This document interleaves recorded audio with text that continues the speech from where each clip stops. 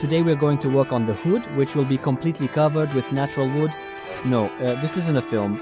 It's natural American walnut. A lot of challenges and experiments, but in the end we achieved the desired result. Enjoy watching. To cover the hood with wood, we first need to make it. We're going to make it out of fiberglass. For this, Andre is rubbing the mold with wax. You also need to know the nuances here. First, the wax needs to be applied evenly, roughly to this state, and then you rub it in until the streaks you see on the screen disappear. And by the way, the hood is from a BMW E30, which is already rightly considered a classic.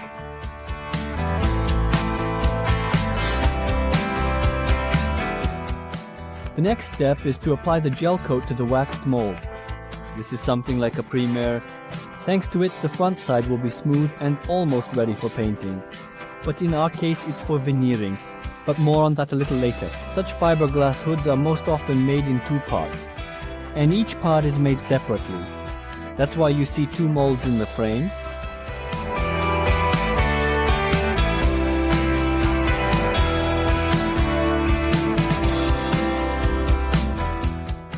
The next step, once the gel coat has dried, is to mix the polyester resin. We mix the two components well and apply them evenly with a roller as much as possible.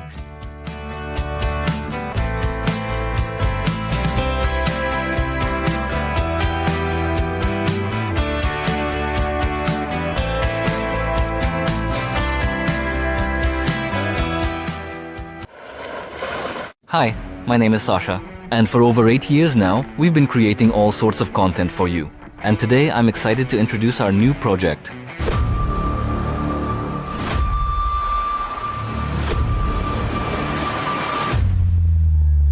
We launched our own line of merchandise. By purchasing our products, you support our workshop, get quality items, and also have a chance to win the Cybertruck BEAST, the top model, as well as $30,000 in cash. How to participate? Place an order on our website and you will automatically enter the giveaway or participate for free. Details are on our website. The giveaway will take place on May 7, 2025. Our giveaways are completely legal and conducted through a professional third-party administrator, ensuring fairness and transparency. Winners are determined randomly in full compliance with the law. Good luck.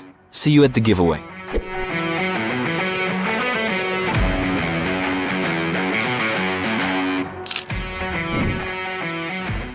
Then we lay down the fiberglass mat and thoroughly saturate it with the same polyester resin. This is exactly the layer that will provide the rigidity of the structure, as the fibers are saturated with resin and harden afterward. It results in a very strong and lightweight structure. That is why such parts are used in tuning when it is necessary to lighten the body. And this kind of hood will never rot.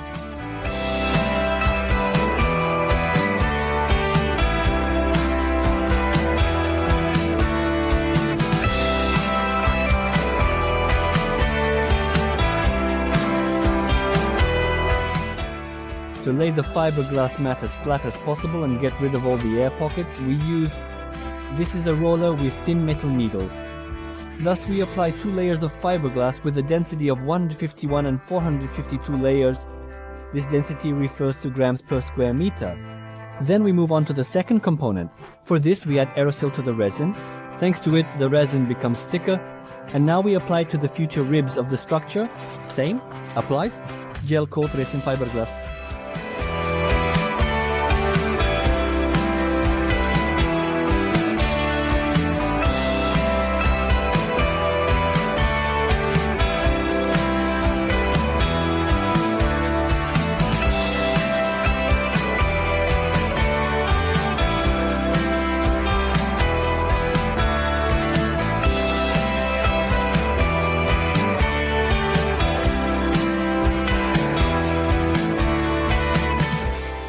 The next day you can take the blanks out of the molds.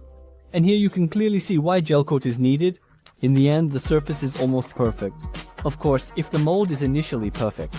This composition will make an exact copy of your surface. Accordingly, any flaws, if there are any. But as you can see, Andre's mold is flawless.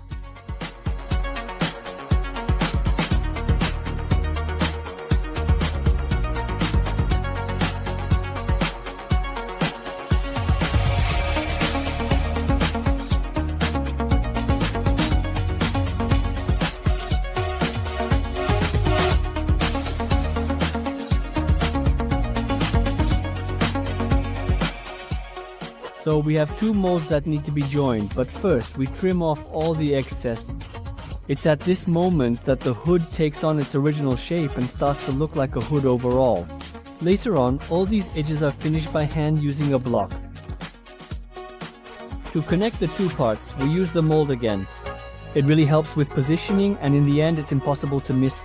At the hinge attachment points, we place inserts.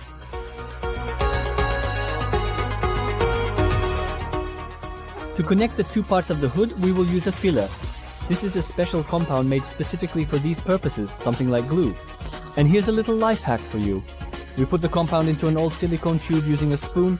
We put in the plug and use the usual method, which makes application much easier.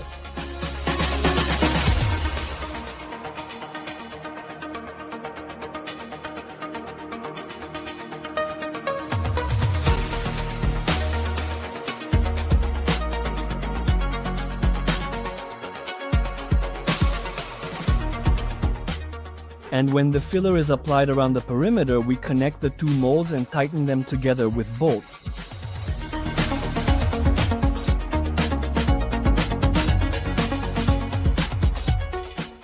The next day, we take apart this sandwich and have almost a ready hood that can be painted almost immediately, or not painted, as is the case for us. All that's left is to sand the edges to remove the excess glue.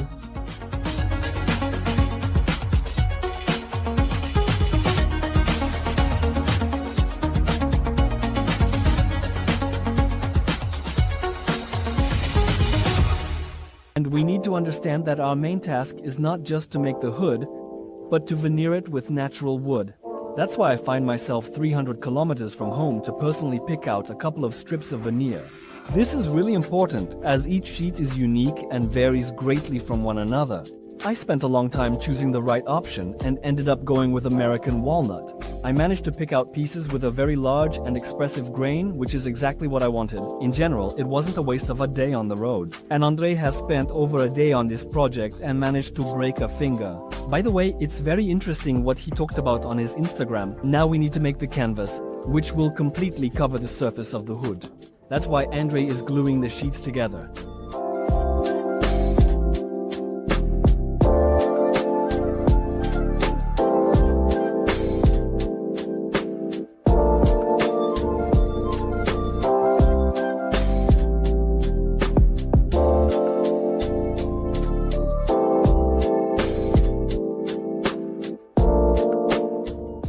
To evenly press such a large sheet of veneer, we will use a vacuum.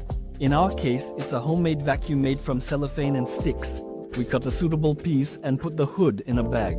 It's clear that no one really veneered a hood before, since we couldn't find any detailed instructions online. So we had to experiment. First we do it dry. We lay the veneer on the hood to see if we can press it evenly against the surface. And we seal the film around the perimeter with a special sealant. Since it's self-adhesive, it will end up creating a tight seal.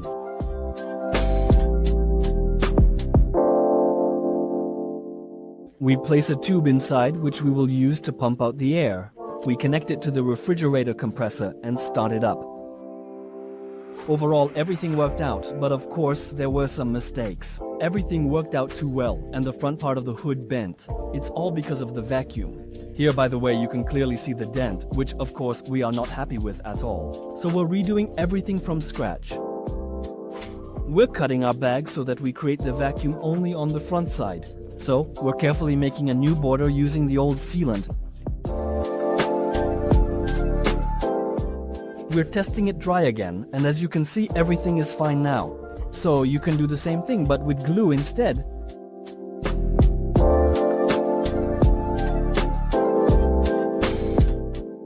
First, we sand the hood so that the material adheres well to the surface.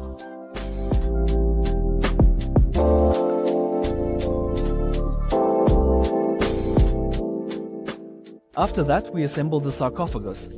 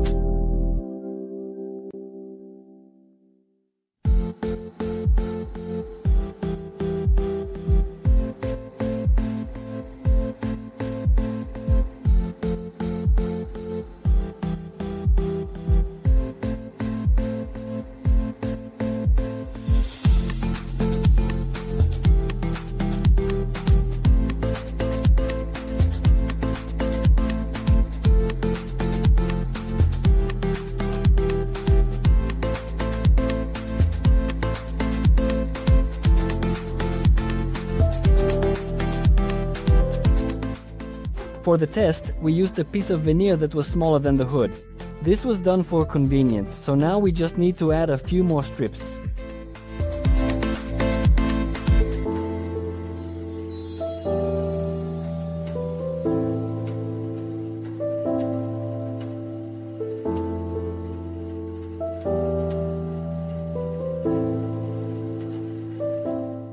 We trim them to size on site.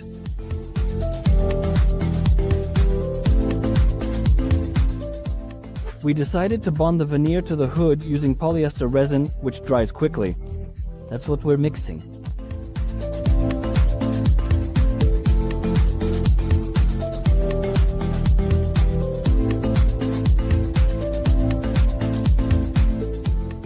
We placed the veneer on the resin, then put a film on top. And now we just need to connect the top film with the bottom one.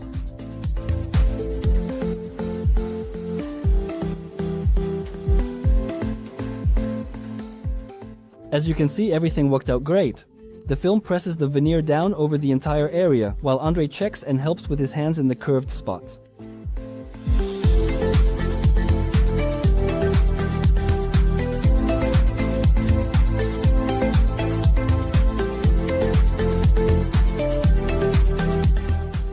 After a few hours, the resin has set, and we remove the film. Overall, everything is fine. There are some small nuances avoidable with experience, but the technology is working overall.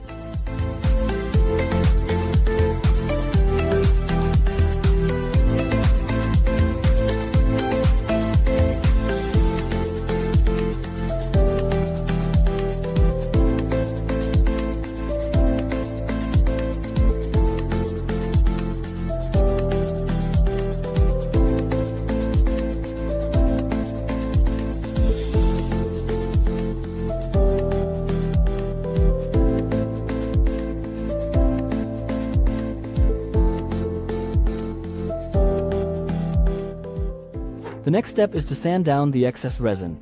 After that, we can move on to the final coating.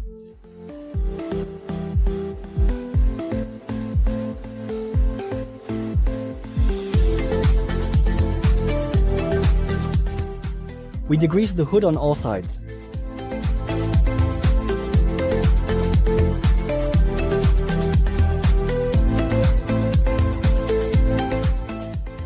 The inside was decided to be painted in a universal black color.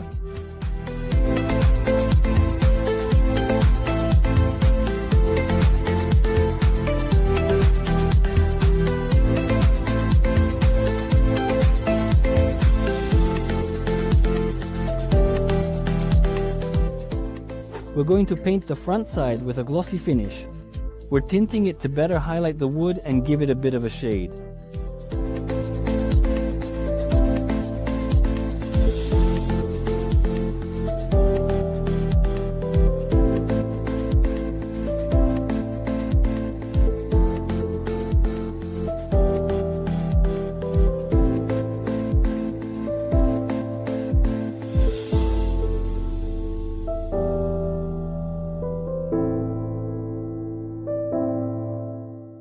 After a few layers and a couple of days of drying, we move on to the most interesting part. We're heading to a place where there are a lot of BMWs in the E30 body style to try on the hood. Just a reminder that the author section on the channel is an experimental format and its fate depends solely on you. We have grand projects in mind, so we kindly ask for your help in spreading this video. Like, share and leave a couple of comments. Ideally, we can chat in the comments. Thank you for watching and take care.